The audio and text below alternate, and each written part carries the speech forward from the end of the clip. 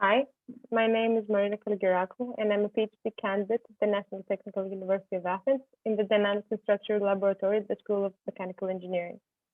Today, I'm going to present this work regarding the fifth dynamic absorbers for the vertical seismic protection of structure on behalf of Dr. Kapasakalis, Professor Adoniadis, and Professor Sambutakis. I'm also a member of the ITN Inspire Mariki Leaf Scholarship Program, working towards the design of novel structure support and foundation concepts. This presentation will include a brief introduction on the studied problem, an elaboration on the theory and our results so far, and the key conclusions of our work.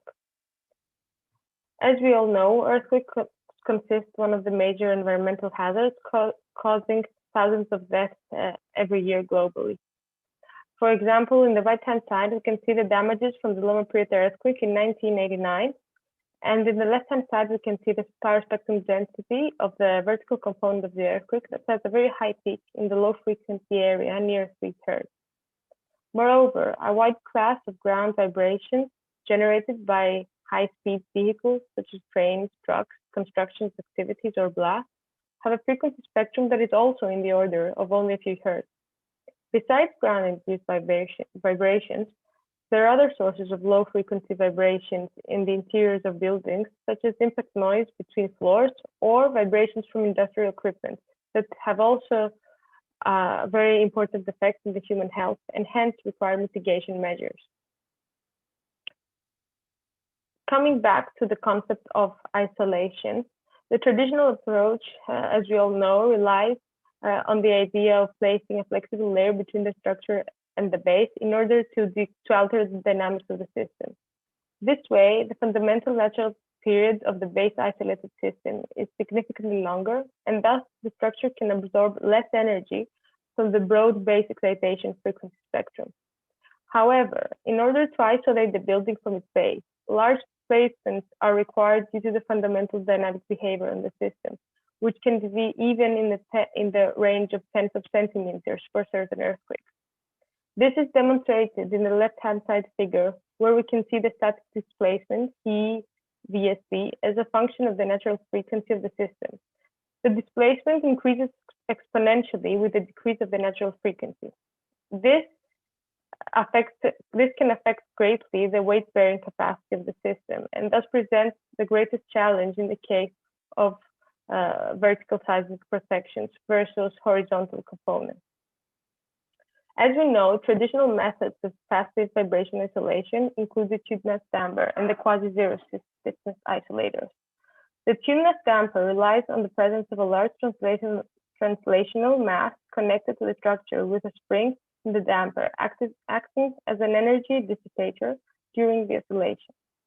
The quasi-zero stiffness absorber, on the other hand, uses negative stiffness elements to achieve a low dynamic stiffness. However, the resulting system can have a low damping capacity, and its performance is very sensitive to load disturbances around the static equilibrium. In an attempt to overcome some of these limitations from the tube mass damper and the quasi-zero stiffness oscillator, recent research has led to the proposal of a K-damper. The K-damper, which you can see in the right-hand side figure of the slide, uses an additional negative stiffness spring that connects the additional mass to the ground. This negative stiffness spring generates a force which is in phase with the acceleration response, acting essentially as an inertial force of the additional mass. This way, the dynamic performance of the system is drastically increased without the need to increase the value of the additional mass. Although the K-damper incorporates a negative stiffness element, it is designed to be both statically and dynamically stable. Thus, the system can be designed with the same overall static stiffness as a traditional reference original oscillator, while at the same time, it can offer significantly enhanced damping properties. A number of K-damper designs and extensions have been applied as seismic absorbers in the base of structures in the recent years. Quite recently, the extended K-damper has been used in parallel to an inerter, and as you can see in the first figure of this slide, forming a vertical seismic absorber. Under a proper optimization procedure, this combination led to a configuration with a relatively high vertical static and dynamic stiffness, ensuring acceptable levels of vertical static displacement while achieving a reduction of the vertical structure accelerations. This concept is the underlying notion and configuration of the stiff dynamic absorbers. The configuration proposed in this paper also consists of a positive and negative stiffness element connecting the oscillating mass of the structure and the ground, along with damping elements and an inerter mechanism. The first key difference between the design proposed here and the previous version is that the system can be designed with a sufficiently high static stiffness, ensuring acceptable static deflection, and with a low dynamic stiffness, leading to notably improved dynamic behavior. The second most important difference lies in the introduction of a design method that is based on a new, more general objective function for optimization. This objective function depends solely on the characteristics of the system and not the specific excitation spectrum. More to this will be discussed in the later slides. An important point to explain at this point is that the capability of the system to be designed with a high static stiffness and a low dynamic stiffness depends on its initial configuration.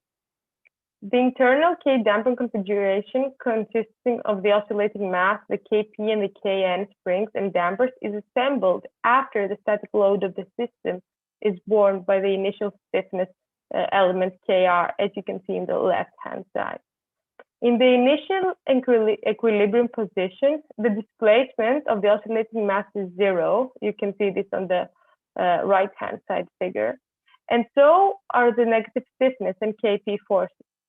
This implies that the static deflection, PVSD, is acceptably small, and hence the weight-bearing capacity of the structure is unaffected, something of much importance in the vertical seismic protection. Secondly, the dynamic stiffness of the system is low enough to reduce structural accelerations, resulting to an improved dynamic behavior. Our optimization problem addresses the determination of the stiff dynamics absorbers design parameters in order to minimize the response structure acceleration to any given excitation input, while maintaining the structure relative displacement within reasonable limits and ensuring feasibility of the overall design. Denoting the relative displacement between the structure and the ground as US, the equations of motion of the two masses are shown in the upper part of the slide. The structure response acceleration depends on the transmissibility of the system, and more specifically on the acceleration transfer function HAS. The quantity QAS represents the area under the transfer functions of the system and is an indicator of the transmissibility of the system within the frequency range of interest, omega-1 to omega-2, and is independent of the external excitation. It can hence be conveniently used as the objective function of this problem. In past literature, the frequency content of the external excitation was taken into account for the design of the stiff dynamic absorber. Under this notion, the objective function used was the quantity RAS, which, as shown, represents the actual energy content of the response. The fixed parameters of the system are XVSD, which is the static deflection of the structure and depends on its initial static stiffness and its mass. In the reference problem, we use a static displacement equal to 2 centimeters. The masses of the system, MS, which is the structure mass, is taken as 1 ton, while the small oscillating mass, MB, is determined realistically as 5% of the mass of the structure. Variations of the various stiffness elements also are taken into account in forms of epsilon n, p, and r equal to 10, 5% and 5% respectively. The 4 independent design variables that are optimized under the proposed methods are Kn, which is the negative stiffness element, and is said to have appropriate limits selected based on mechanical configurations that generate negative stiffness with conventional stiffness elements such as coil springs. Cn and Cp, which are the damping coefficients implemented in parallel to the stiffness elements Kn and Kp, and are said to have an upper limit 1% regarding their damping ratios. These values of the damping coefficients are sufficiently low, and thus a common linear damping device can be employed. Finally, Mr is the inertance ratio of the inerter, Br, which is placed between the base and the structure. The upper limit of MR is set to 1. The positive stiffness element Kp finally is dependent on the initial static stiffness Kr and the negative stiffness Kn. In order to ensure static stability of the system, the aforementioned variations of the stiffness values En, Ep, and Er are also taken into account in the calculation of Kp. This slide shows the effect of the optimized SDA system to the system dynamics. The main system parameters are shown in the table in the left-hand side for 3 different values of the static displacement, 1, 2, and 3 centimeters. The right-hand side shows the acceleration transfer function, HAS. We see that the system has its fundamental resonance frequency reduced from 3.5 Hz in the case of HVSD of 2 centimeters to around 1.8 Hz for the same case. This has happened without the need for large additional masses and with an objective function that is dependent only on the system's characteristics. As we discussed, one of the main motivations of this research was to explore the equivalency of using this objective function, QAS, which is independent of the excitation for the optimization procedure, versus using a function that depends on a specific excitation spectrum, which is matching the Eurocode criteria RAS, as was done in previous literature. As we have shown, QAS refers to the area under the acceleration transfer function of the system, whereas RAS is a measure of the energy response of the system to the specific excitation spectrum. This figure shows the response indicators of the reference structure subject to the excitation spectrum with respect to varying static displacement. The blue line shows the response under the QAS optimization method, which is irrespective of the excitation, and the red circles refer to the response under the RAS method. It is evident that the two objective functions, the two optimization methods coming from the 2 different objective functions do coincide, something that is subsequently verified on the basis of time history results.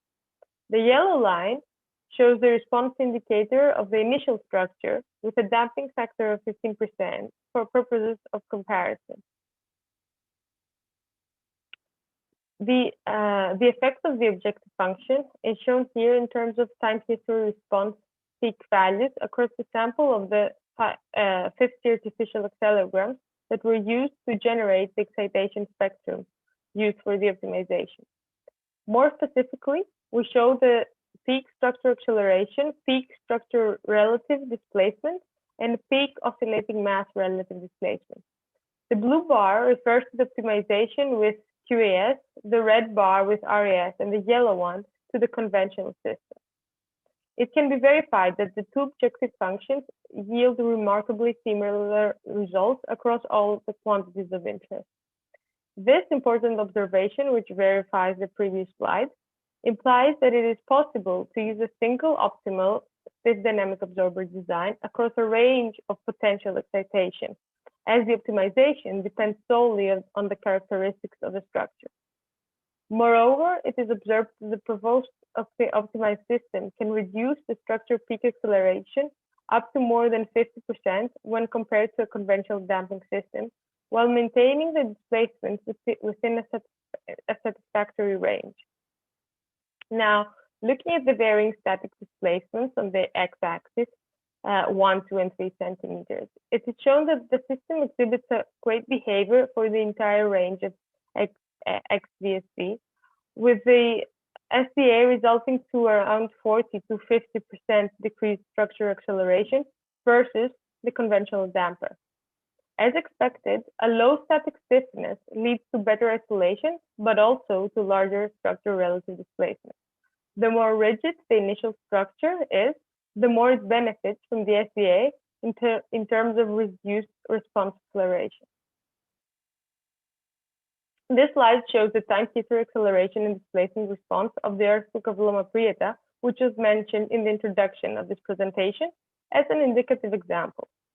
It can be observed that the optimized SDA dramatically decreases the peak structure acceleration whereas the conventional damper amplifies the PGA.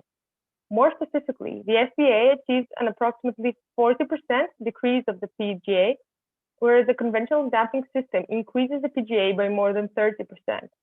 This can be justified by the frequency content of the record, which is shown on the left-hand side of the slide. Based on the earthquake power spectrum density, there is substantial frequency content near 3 Hz, which is close to the natural frequency of 3.5 Hz of the initial system. Hence, not only does the initial isolation conventional system not improve the dynamic performance, but in fact, it results to higher values of the peak structure acceleration and peak relative displacement. Conversely, the SPA decreases the fundamental frequency of the system below 2 Hz, hence allowing for a dramatically improved dynamic behavior.